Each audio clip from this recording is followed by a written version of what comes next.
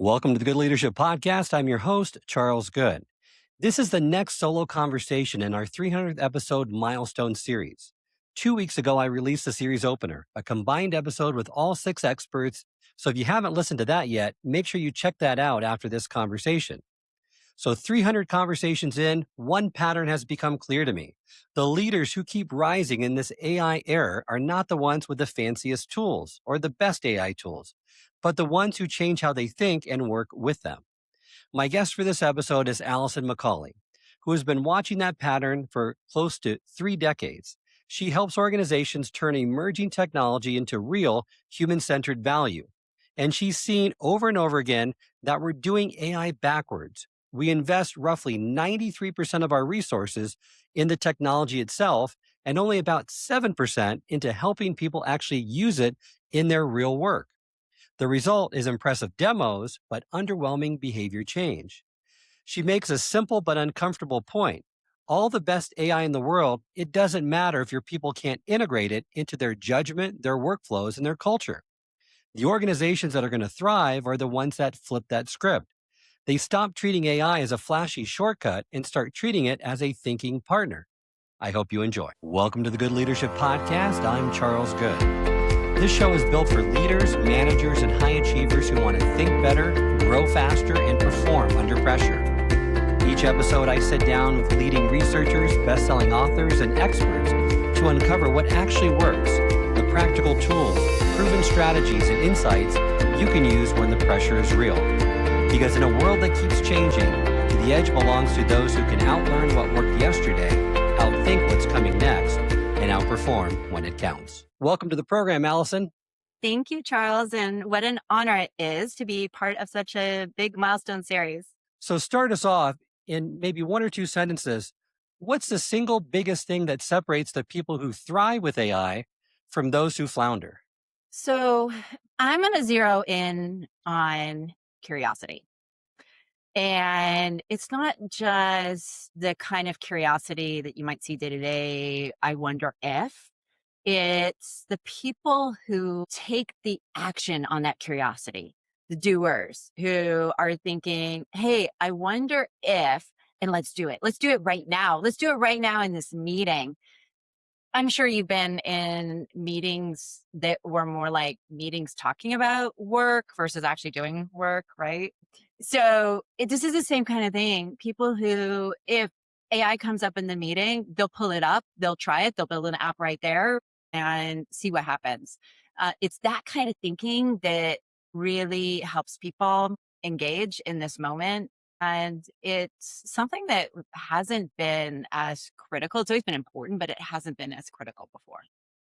Well, what I like too, and you're right about curiosity, and I love how you say we're getting this AI backwards. We're investing a lot of our resources in the budget for the tech, but a very small fraction of it to help people use it. And I agree, we need to start flipping that script because AI today does incredible things, but without the human involved in it, leveraging their knowledge, their skills, you're not going to have the same benefit. The real beauty is when we bring together all the power that we have in our human brains and our human way of thinking and our lived experience and our emotion and knowledge. And we marry that with the power of the tools. And those who do it, this is an incredible time. And stop over-indexing on it and under-investing in the training, which I see that all the time. And especially with organizations where they are looking for the ROI. I think especially over the last 12 months, a lot of organizations, some big industry reports like McKinsey has brought out that the ROI investment in AI is not paying out. You say we shouldn't focus on ROI during this time. We should focus more on the engagement that we're getting from the workforce. Talk to me more about that. It's an interesting time because our traditional way of training was designed around the software, the technology that we've had today, which operates really differently from AI. It does predictable things based off of fixed parameters. And so we just learn those and do it. This requires an entirely new kind of behavior. And I see a lot of training and learning organizations are struggling to make that shift. How do we help them understand how to hone in on value, things that are really going to be valuable to them, to our organization, to their teams? And then how do we support them in that messy experimentation to be able to get to breakthroughs. And then how do we amplify them? That's an entirely new set of skills. And it takes working to support that in a whole different way. And so there's a learning curve there. And we need to have a lot of empathy for ourselves that's going to take some time to develop. And so we need to give ourselves some understanding that we need to take that time and be patient with ourselves to learn how to do this in a new way. You're right. And I want to take that distinction straight to the emotional reality that a lot of leaders are living in right now, because the people listening to this aren't just saying, I can use it. They're trying to make sense of what this all means. So, why do you think so many smart, committed leaders are working harder than ever before right now? And I hear this all the time, but they're feeling less confident about their future than they did, say, 5 to 10 years ago. It comes back to what you mentioned before with engagement. If you're not engaged in understanding what this technology does, yeah, you're going to be worried. If you're not figuring out how to really use it to amplify what you can achieve and that of your team, you don't see it. You have to get in, you have to get your hands dirty with this to truly understand it. Those that do are seeing that this is actually a time where they can achieve so much more than they ever have. And so there's these different personas in an organization, those that are really understanding that once I know how to do this, once I know how to start to work with it, even if I don't have all the answers, I can see the light of where this can take us and the new things that we can do with the capabilities that I have, that my team has, and the scale that we can achieve, how we can leverage the expertise of the organization with AI to really have more impact at scale. And so what I'm seeing is that dive in confidence happens for people who aren't investing in engaging in a productive way with this technology. When we go back to learning and development, it's a lot of organizations are not fine tuning their change management and their learning to be aware and titrate to these different segments. And so that's a really important thing to be able to fully activate an organization, is to be aware of how you are supporting and providing structural support and learning support and activation support for all these different segments in your organization. What I've seen this a lot too from leaders that say adoption is one thing, Charles, but being able to use it and learn the right way is a whole nother story. And I can't find time in my day. I'm using the edges of my day, the early mornings, the late at nights, on weekends, to try to learn this technology to see how it fits into how I can use it best for the problems I have right now. Are you finding that to be the case as well from the people that you were talking to? Yeah, the struggle is so real, right? I mean, every single one of us has the demands of our day-to-day jobs.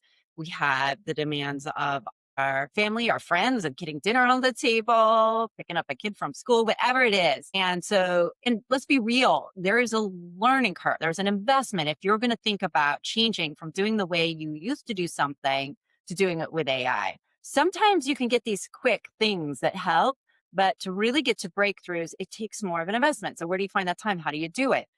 That is a perennial challenge. And what I found is the best way to break through that is, first of all, there's going to be some people, so some segments in your organization that are just going to spend their free time and they're going to dig in, and they're going to be what I call passionistas, whether it's in their personal lives or their work lives. They're going to passionately dig in and get all sorts of incredible information and expertise in AI that you could use, you could leverage, that are going to do it regardless. Okay. But most people are really struggling with the space and time constraints. And so the best way to overcome that is to really to work with people and help them understand, how do I identify something that will be so high value to me if I can find a breakthrough with AI that it makes all of that investment worth it. So what I found, I do workshops on this where I'll help individual coaching for individuals or with teams or through an entire organization on how do we identify those tasks, activities, opportunities, challenges, whatever it is that are going to most likely unlock a breakthrough through AI. And then how do we hone in that will be very high value? And then how do we hone in on actually finding that breakthrough. When you do that, when you're working on things that really, really matter and everybody's really aligned and focused that this will matter, it totally changes the conversation. And then it becomes really exciting. And that becomes the fodder for these incredible use cases that inspire more in the organization. It becomes this virtuous cycle. So it's being more deliberate, being more specific as far as the uses that you can find today and really honing in on those because AI can drive immense value to customer facing organizations and it goes far beyond productivity. Used well can empower far more meaningful conversations. But a conversation or a statement I hear from a lot of companies is, Charles, I'm sure other companies have figured this out, but we haven't. And I feel like telling them, no, you're like every other company I talk to, right? So everyone's still trying to figure this out, so it gives them a little hope in that moment. Is that what you're seeing as well, or have people moved past that? No, okay. So I get inside a lot of companies. So I'm working with a lot of companies, and I can assure you that even the companies, when you see their names, you would think they have it all figured out. And let me assure you, we don't. People do not have this figured out yet. Again, let's have some empathy for ourselves. One, it's brand new. Two, the field is always changing, always shifting. Three, it takes time for people to understand how to actually leverage this for value. And you've got that barrier of the time and space constraints that we all as humans have to figure that out. It is a big ship to turn. And we need to learn ways to be able to learn in a more agile basis, to be able to advance and move in a more agile basis. This is tough.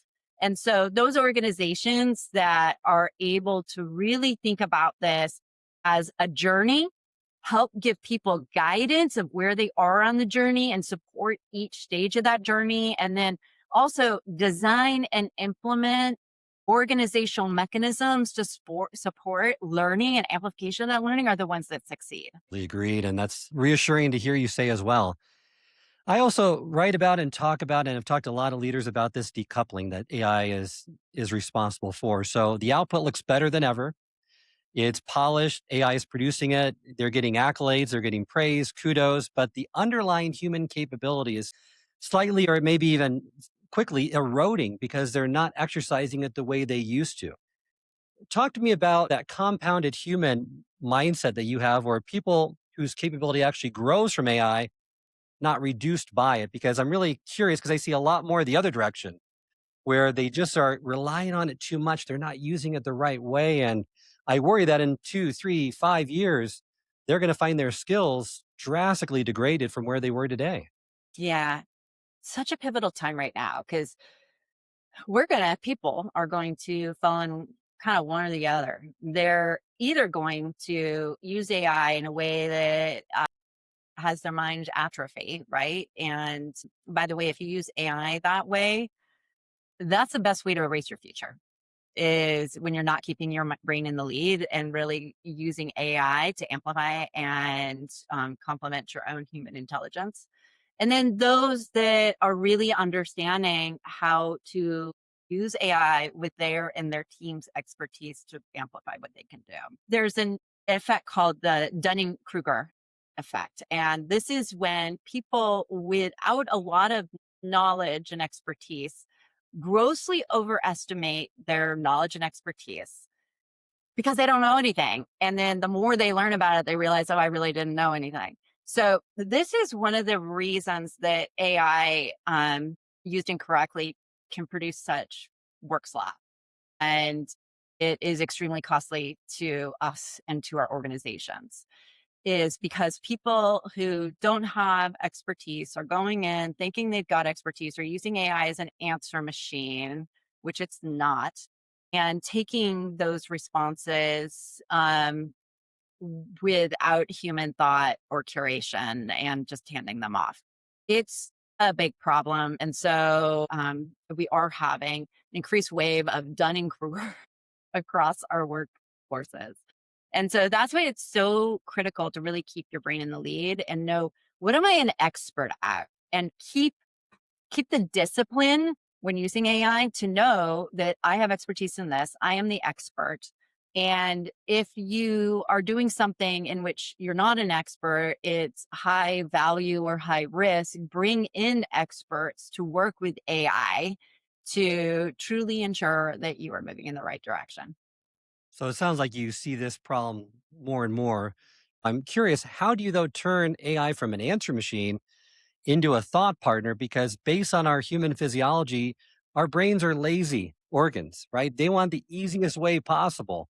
So it just is so enticing. And I talk to leaders all the time. Well, I'd like to think more. I'd like to do the human first, then the AI. But Charles, everyone else is doing it the opposite way, and I'm falling behind. I can't afford to do it the slower way that might be better, build my capability over time, but it's going to hurt me in the short term. You've nailed it with this human tendency. Like we want the easy way. And we have also seen this isn't the first time that we've seen how our brain can atrophy when we don't use it for certain things. The calculator, when it was first introduced in schools, created all kinds of protests. For example, I know that my brain has atrophied by using Waze and Google Maps so much that I depend on it. And really, I should be thinking about how to get from point A to point B on my own. I don't. So it's really easy to fall into this. And so this moment calls for incredible discipline and resolve to keep your brain in the lead. When you do, that gives you an opportunity to really be able to advance with this. But it takes everyday work. It is hard work. The best analogy that I heard and I really love and completely agree with is to think of it in kind of in the same way we think of building muscle. So there's a lot of energy right now about the strength building, muscle building, and a lot of cultural energy around it. And so we hear a lot about how to build muscle requires time under tension. The same thing applies here. So we need to be able to exercise our brain and go through that painful creative struggle to really develop something strong. The same thing goes with muscle. So while it's painful, that's where the best work comes. So for example, that means making sure that you're interspersing time away from AI to really think, really advance your thinking, to make sure you're fully mining everything you have, get your subconscious working fully and tapping all of that power of your subconscious to tap everything that's in there. Versus just handing things over to AI. And this is part of the mindset that we're talking and behavior that we were talking about earlier. We never had to think about this with CRM or procurement software, right? So this is a new organizational muscle that we have to develop. And as a parent, it's also, we got to think about that too. It's something that we need to be able to support and nurture in others to ensure that the next generation also has that ability. This is a pivotal time and a tough one. You're right. Because I hear that a lot from new grads. I have a couple in my household as well to say, this is a tough job market. Do you have any advice for them to say, what can they do to be more hireable? Because some companies say, well, learn more AI, get more fluent on that. But is there any advice you have for that segment that's hitting the job market right now and what they could do to hopefully better their chances? Absolutely. I I talked to quite a few current college age kids and recent graduates who are looking for jobs with quite a few challenges. And so what this moment represents is if you have expertise in AI and you're able to help teach others, this is an incredible opportunity, leadership opportunity for you because organizations are absolutely hungry for that knowledge. How do organizations translate the domain expertise that they have to leveraging these tools? So I've actually seen this in client organizations. One thing that I suggest early on when working through a journey in an organization is to map out where your passionistas are in the organization, whether they've been doing a lot of work with AI in their personal life or in their work life, they have incredible expertise. Through this process, I have seen a lot of early career individuals who are just excited about this, who are being called on from levels above them in the organization. Can we go to lunch? Can we go have coffee? Will you come and teach what you have done to my team? There's so much energy around that. The other thing I mentioned too recent college graduates who are struggling to find a job is don't wait for somebody to give you a job. Go figure out in the domain that you want to work with what people are doing at the front edge with AI. Learn it. Get on YouTube and learn it. Get on LinkedIn and learn it. Do everything you can to learn it and then go experiment with it. Figure out how you're going to do those use cases. Then you have something substantive to bring to an organization. Offers those that are willing to put in the work some hope there. And I loved your analogy about the muscle. I've heard a similar one myself that using AI the wrong way is like going to the gym and having the trainer perform all the exercises for you. So Your, good. your results are there, right? You're at the gym, but you're not experiencing any of the benefits yourself. I love it. I'm going to have to borrow that one. All right. So, in this AI era, what actually still compounds for a leader and what's most at risk of being lost? So when we talk about compounding, what is really important is that even though it's so hard to jump in and start learning and getting your hands really in it, you cannot set a bold vision for your organization for AI until you've had experience with this. Just full stop. You can't. You need to have seen it for yourself. Very different thing to read articles about it, think about it conceptually, hear what people are saying around the table, unless you've done it. You got to do it. So the compounding opportunity is really to get in and start learning right now. So that's a piece that I focus in on. Even if one of the frustrations you have when you're deep in it is that the tools keep changing, the models keep changing. So it was extremely difficult to figure out how to make a great AI image 2 years ago. It's not so hard now. So through that time, you've had to put in the learning curve was really hard initially. Now it's getting a little bit easier. So if you haven't jumped in yet, you are now engaging with the most current tools. So your learning curve might be faster, but those who were doing it before have already had that mindset and that behavior already embedded. And so that's the compounding returns that they get is from that behavior. So, but if you aren't there yet, like do it now so that you can understand not only the behavior, but you can also start to project how does this change what is possible for us? How does this completely change what's possible for our organization, for our industry? What kinds of new services could come out of this? What kinds of new markets could we serve that we couldn't afford to serve before? What kind of new opportunity could we seize? I mean, that's where that compounding benefit really starts getting actualized. When you mentioned too some of those risks that by not adopting it, saying that this is just another fad, that's the quickest way to obsolescence because this is not some passing technology that's going to go away and you can resume work as you always have before that. And I like what you say too with AI detection because I hear this a lot. AI detection it doesn't work. You had posted an article, I think, recently in one of the social media platforms that the Gettysburg Address, someone said was 96% AI generated, right? It just, we have no idea what's real anymore. So if we can't tell the difference, then playing kind of the devil's advocate here, then what does it matter if I do it or if AI does it? Oh, it's such a good question. And this is when to have around the dinner table or over the cocktail party. Everyone should be talking about this. We all should be exploring this, right? Because we're all figuring it out. You're going to find a lot of different opinions out there. And it's something I think a lot about, and I continue to evolve my thinking about it.